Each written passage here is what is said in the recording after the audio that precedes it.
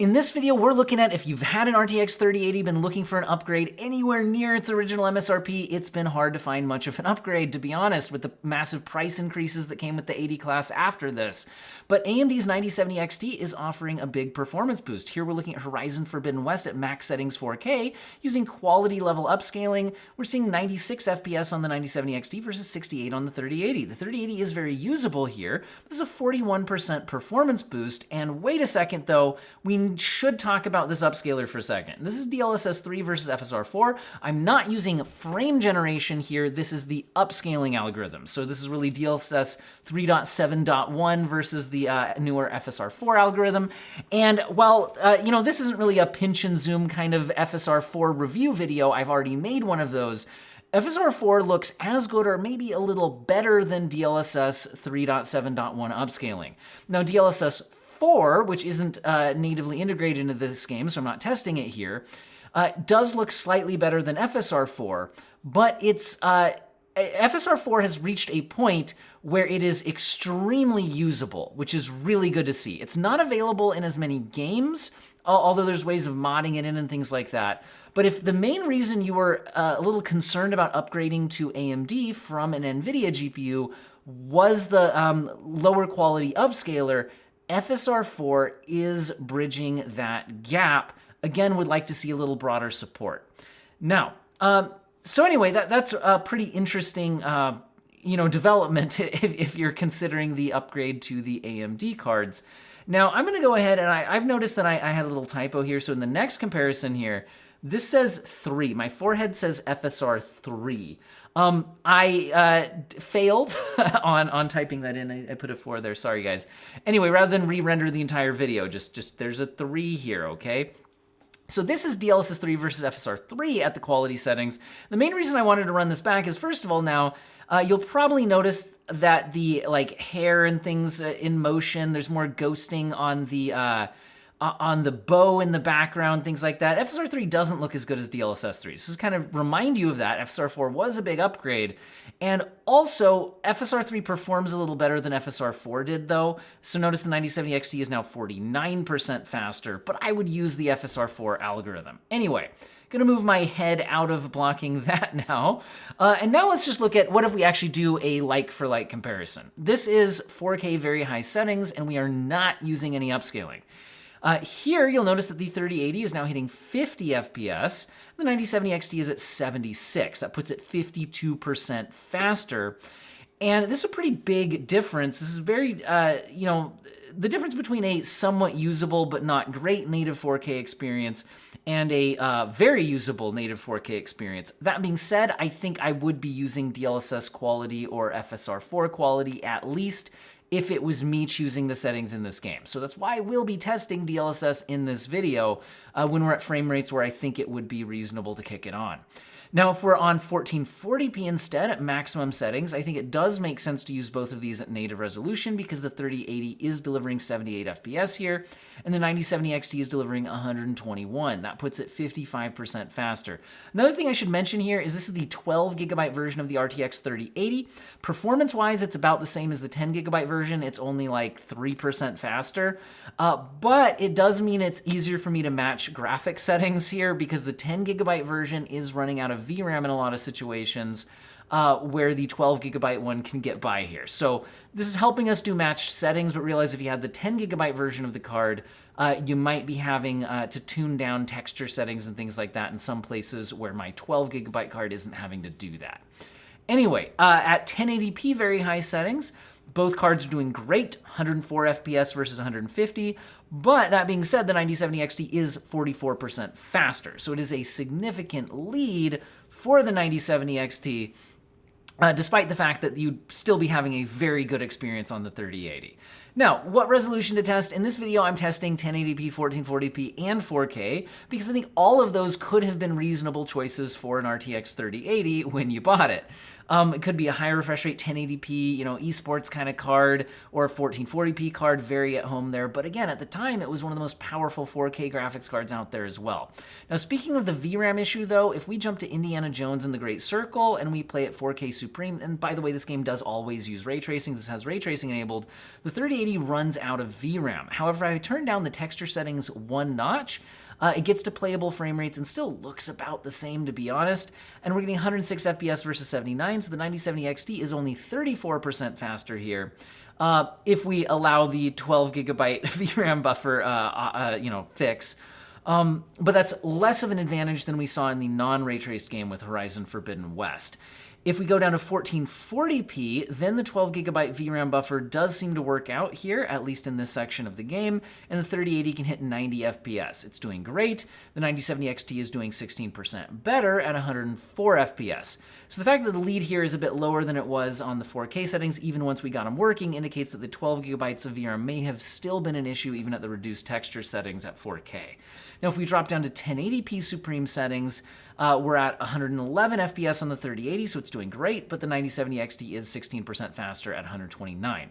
So again, we're not seeing as big of leads in this game, but again, this is a ray tracing title. By the way, because some people in my comment section seem to be confused about this, I'm not showing the path tracing mode in Indiana Jones.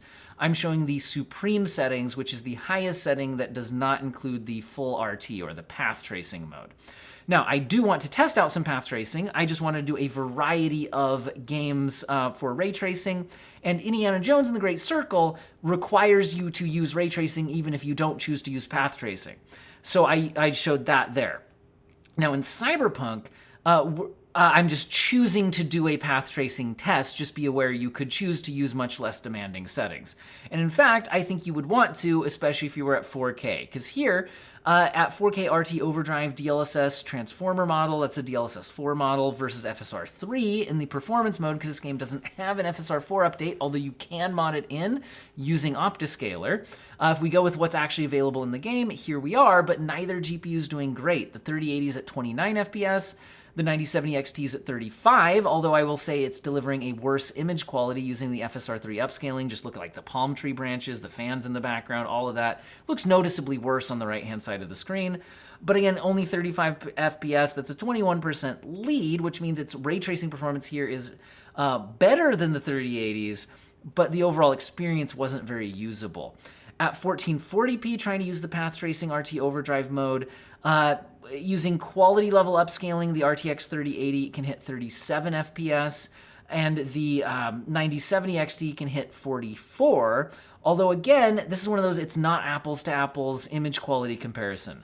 The DLSS 4 Transformer model, especially getting ray reconstruction thrown in there for the path tracing mode, I think looks significantly better on the left-hand side of the screen. But that being said, it's only hitting 37 FPS, which is not that usable. The 9070 XT is more usable at 44 FPS, but I still wouldn't choose these settings to use. So again, the 9070 XT is showing, path tracing performance-wise, a good fight against the 3080, but image quality-wise, not great, and still not hitting frame rates where I think it's like super duper usable. Now, if we drop down to 1080p RT Overdrive mode, both GPUs are getting 38 FPS, and you might be confused, why was it, why was the 9070 XT more noticeably faster in those other tests we just ran? Well, one thing is here, I'm showing you native rendering resolution because we could actually get at least technically playable frame rates here without using upscaling when we're at 1080p. And remember that the 3080 was using things like ray reconstruction and stuff like that with the new DLSS 4 Transformer model, which the 30 series was running a little bit slowly. So at native path tracing performance here, what we're seeing is actually more of a match. So in this apples to apples comparison, I would say that the path tracing performance of the 9070 XT is about equal to the 3080 once we don't have those differences in upscalers and things like that getting in the way. Let's do one more ray tracing test with Silent Hill 2 because it's an Unreal Engine 5 game, and a lot of games are Unreal Engine 5 games. Although a lot of Unreal Engine 5 games just offer software-based ray tracing with the Lumen system and don't use hardware acceleration.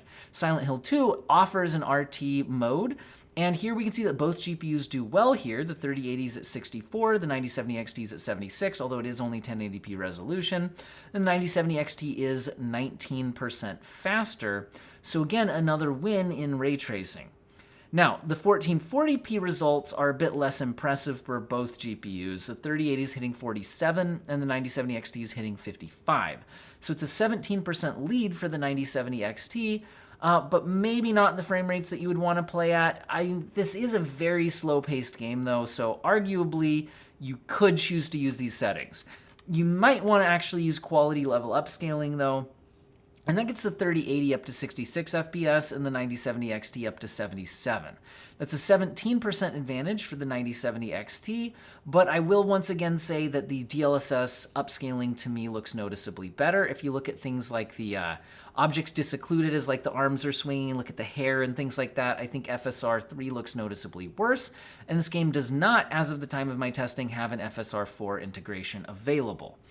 Again, you could maybe look into modding it in with Optiscaler or something like that, which I haven't looked at personally. If we move up to 4K epic settings with ray tracing enabled, you have to go all the way to performance mode upscaling if you want to be anywhere near 60 FPS on these GPUs. The 3080 still falls short of 60 FPS at 55. Would be fine on a variable refresh rate display though. And the 9070 XT gets to 65, which is an 18% advantage, but again, I think the upscaling looks noticeably better on the left-hand side of the screen. So again, I'd want to look in to see if there's a way of modding in FSR 4 support, or hopefully it gets native support later. We'll have to see. Now, let's turn off ray tracing. So if we turn off ray tracing, but still use epic settings, 4K DLSS performance, now we can see both GPUs are doing a lot better. The 3080 moves up to 64 FPS and the 9070 XT moves up to 79. It now has a 23% lead. So notice again that the lead is larger when ray tracing is disabled, but still not as big of a lead as we saw in something like Horizon Forbidden West. So this is showing that Silent Hill 2 in general is just more of an NVIDIA favored title. At 1440p epic settings, no ray tracing, the 3080 can hit 54 FPS, whereas the 9070 XT hits 66. So 22% faster on the 9070 XT. So again, compared to our ray tracing results, the non-ray tracing result has increased the lead for the 9070 XT. And our frame rates are around 60 FPS for both, a bit below on the 3080, above on the 9070 XT.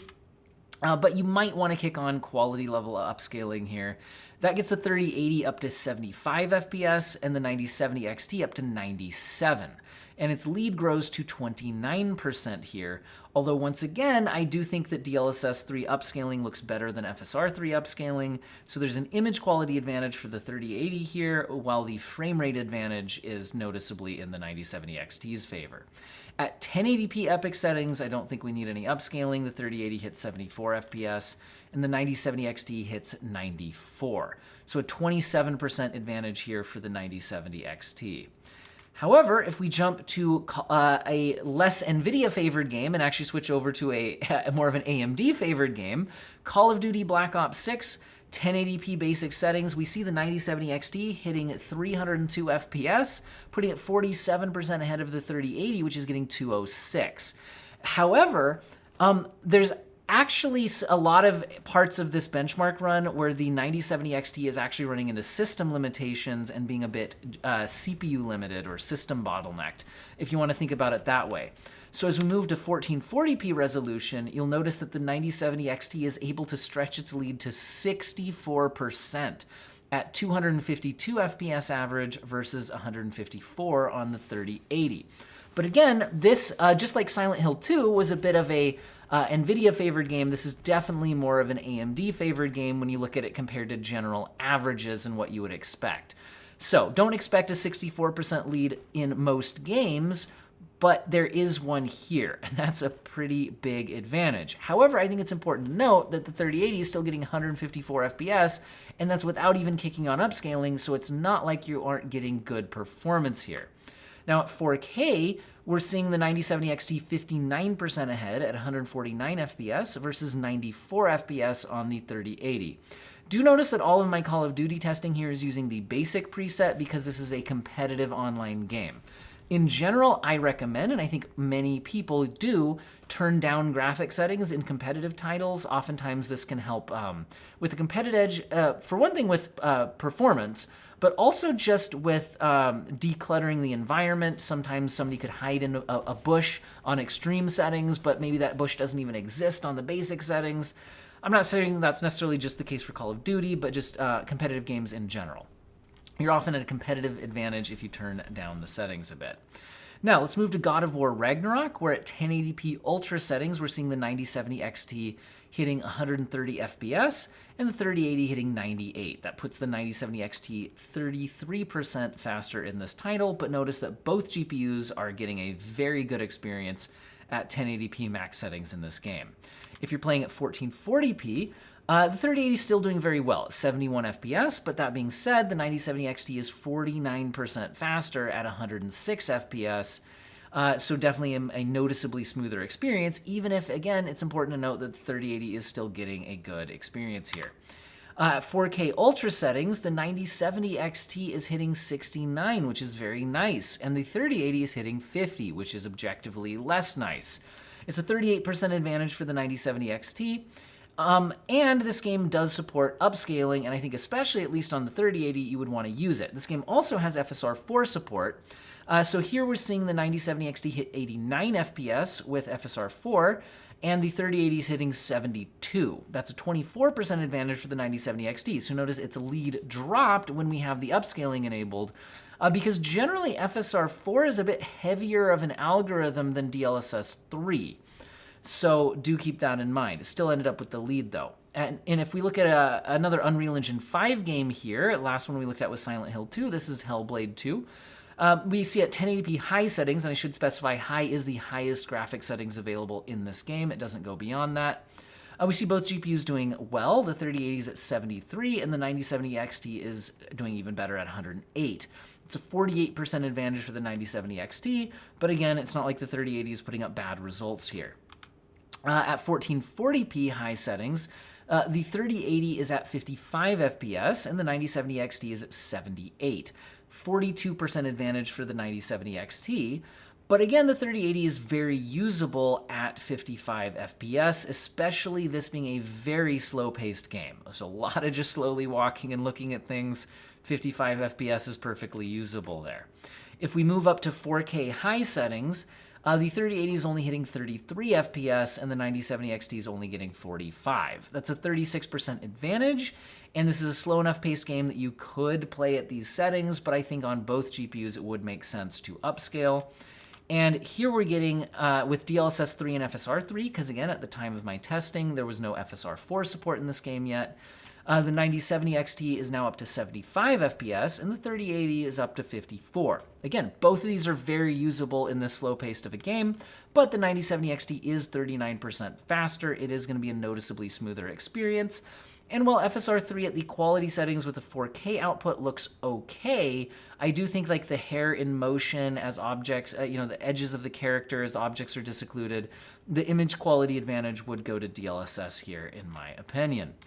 Moving to Ghost of Tsushima, we see that at 1080p max settings in this game are called very high. The 3080 is doing great at 111 FPS. The 9070 XT is doing more great by 50%, hitting 166 FPS. At 1440p max settings, the 3080 is still doing great at 84 FPS, whereas the 9070 X2 is again doing even more great by 50% at 126 FPS. At 4K max settings, the 3080 is doing 51, which is usable but might not be the frame rates you're looking for. The 9070 XT is hitting 75, so you could very well choose to just play at a native 4K, very high settings on the 9070 XT here and have a 47% advantage over the 3080. But if you go ahead and use upscaling, the 3080 using DLSS quality hits 77 FPS, which is about matching what we were able to get at native resolution on the 9070 XT. If the 9070 XT also uses upscaling, it hits 110 FPS, putting it 43% faster than the 3080, but this game, again at the time of my testing, does not have FSR4 support, meaning that I do think there's an image quality advantage to DLSS here, although I do find FSR3 quality at a 4K output in this game does look very good. Now, if we move to Final Fantasy XVI at 1080p Ultra, we can see that both GPUs do very well. The 3080 hits 73 FPS, but the 9070 XT does very noticeably better at 113 FPS, giving it a 55% advantage. if we move up to 1440p, the 3080 is usable at 55 FPS, but the 9070 XT is offering a much higher refresh rate experience at 84 FPS, putting it 53% ahead. If we do end up using upscaling to get the 3080 beyond 60 FPS, it gets to 74 using DLSS 3 quality. This is another game where I'm not seeing FSR 4 support at the time of my testing. So using FSR 3 quality, we get 110 FPS, getting to 49% advantage. But again, I do think DLSS looks a bit better here. That being said, you could just not upscale on the 9070 XT and still have a very good performance. Now, at 4K, neither GPU does well at ultra settings without upscaling. The 3080 is hitting 33 FPS and the 9070 XT is hitting 48. That's a 45% advantage for the 9070 XT, but realistically, probably not the frame rates you're looking for. Probably want at least 60 FPS. So if you go to performance mode upscaling, it does get the 3080 over that 60 FPS line at 64. And the 9070 XT using performance mode upscaling does get all the way to 92, giving it a 44% performance advantage. But again, there's the image quality differences between FSR and DLSS. Realistically, the 9070 XT would probably just choose a less aggressive upscale to preserve more of its image quality on that upscaling result. Now, those are the tests that I ran here. Let's pop out for some final results and some performance graphs and things like that. So the overall performance advantage for the 9070 XT as an average of all of the tests that I ran is a geo-mean of 36%. So the 9070 XT is 36% faster on average in all of these tests. However, if you sort it by best advantage to least advantage, you can see that it can vary wildly depending on the specific test. In general, ray tracing advantages are a bit lower than the average, and non-ray tracing results tend to be better, and certain games skew better for one brand than the other. For example, Silent Hill 2, even without ray tracing, was one of the better results for the NVIDIA GPU, meaning the 9070 XT still had a lead, but it was less so. And games like Call of Duty and Final Fantasy 16 tended to be some of the better results for the AMD GPU. And that's pretty expected based on brand behavior in different games, things like that. Again, the numbers that you're seeing here aren't frame rates. These are percentage advantages. If you want to see these specific frame rates, you will go back and look at those side-by-side testing that I did.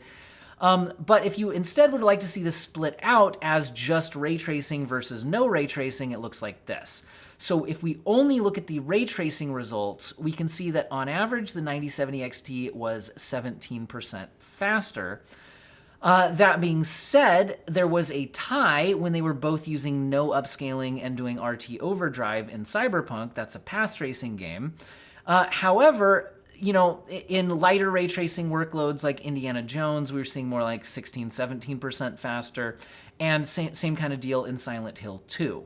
The geo-mean of these results is that the 9070 XT is about 17% faster, but I think in general what it means is in the heaviest ray tracing workloads, they might be closer to a tie, and in lighter ray tracing workloads, the 9070 XT has a much more noticeable advantage. In general, on average, you'll probably have an advantage in ray tracing with the 9070 XT. But if you don't use ray tracing, and that's what we're looking at here with no ray tracing results, then the 9070 XT takes a much more commanding lead at 43% on average of my non-RT results. So if you're not going to be ray tracing, the 9070 XT offers a pretty noticeable advantage. Now, let me give some final thoughts on, so is it worth upgrading from the 3080 to the 9070 XT? And I think that is actually a pretty nuanced take that we're going to have to look at here. Because for one thing, there's current pricing. If I wanted to find a 9070 XT that's actually sitting in stock right now, I'd have to be paying around $900. That doesn't mean they aren't coming in stock at lower prices than that. It just means that currently there is more demand than supply, so the lower priced models have sold out and generally don't sit in stock. The 9070 XT's MSRP is meant to be $599 on the cheapest models. It's not sitting in stock anywhere near that, even if it does sometimes come in stock available at that price. So, yeah, it's a lot of money if you're trying to just find one of the ones that's easily available in stock right now. Anyway, the other thing we can look at is, do you even need to upgrade from a 3080? Because obviously the 9070 XT is offering the better experience here. But what I think is very important to note here, especially if you're gaming at 1440p, is that the 3080 is still offering you a very good experience in every game that we tested here. In Horizon Forbidden West, max settings well over 60 FPS without needing to turn down a single setting or use DLSS. In Cyberpunk, I was testing RT Overdrive here. You don't need to use RT Overdrive. If you use just, like ray traced reflections or maybe no ray tracing at all, then the 3080 is doing well over 60 FPS at 1440p. And again, you could still turn even lower than that or use upscaling to get even higher performance levels. Again, in something like Silent Hill 2, one of the most graphically demanding Unreal Engine 5 games, even with ray tracing enabled, just kick on DLSS quality and you can max this game out at around 60 FPS. So really what I'm trying to get at here is that, if you're playing competitive games on the 3080 at 1440p, you're getting 154 FPS here at low settings, and you could even upscale from there to get better results. My point is that the 3080 is still an extremely capable graphics card, even in the most graphically demanding new games. That being said, I was testing the 12GB version here, so people on the 10GB model, you might be having to turn graphics settings down more frequently to deal with that 10GB, especially if you're playing at 4K. At 1440p, there are still some games where that can be a bit of an issue. So my overall thought is, at current GPU pricing, the way the market looks right now, I might personally try to just hang on to the 3080 until things settle down a bit, because it's very, very usable still. That being said, if you can find a 9070 XT in stock at a close to its MSRP pricing in that $600 to $700 range, which was about the original MSRP of the 3080, then this does represent a noticeable performance upgrade, and the improvements to ray tracing and upscaling have meant that you're taking less of a hit to those types of features by switching to AMD with this new generation. So that's pretty cool. So my overall thought is that the 9070 XT is a noticeable upgrade from the 3080, but at current pricing, it makes it not a very attractive option for what's sitting in stock. If you get good price on one, then I think this is a very noticeable upgrade and would probably be worth doing if it's closer to its MSRP. But like I said, the 3080 is still very, very usable in every game. So don't necessarily need to feel a rush to upgrade if you already still have one.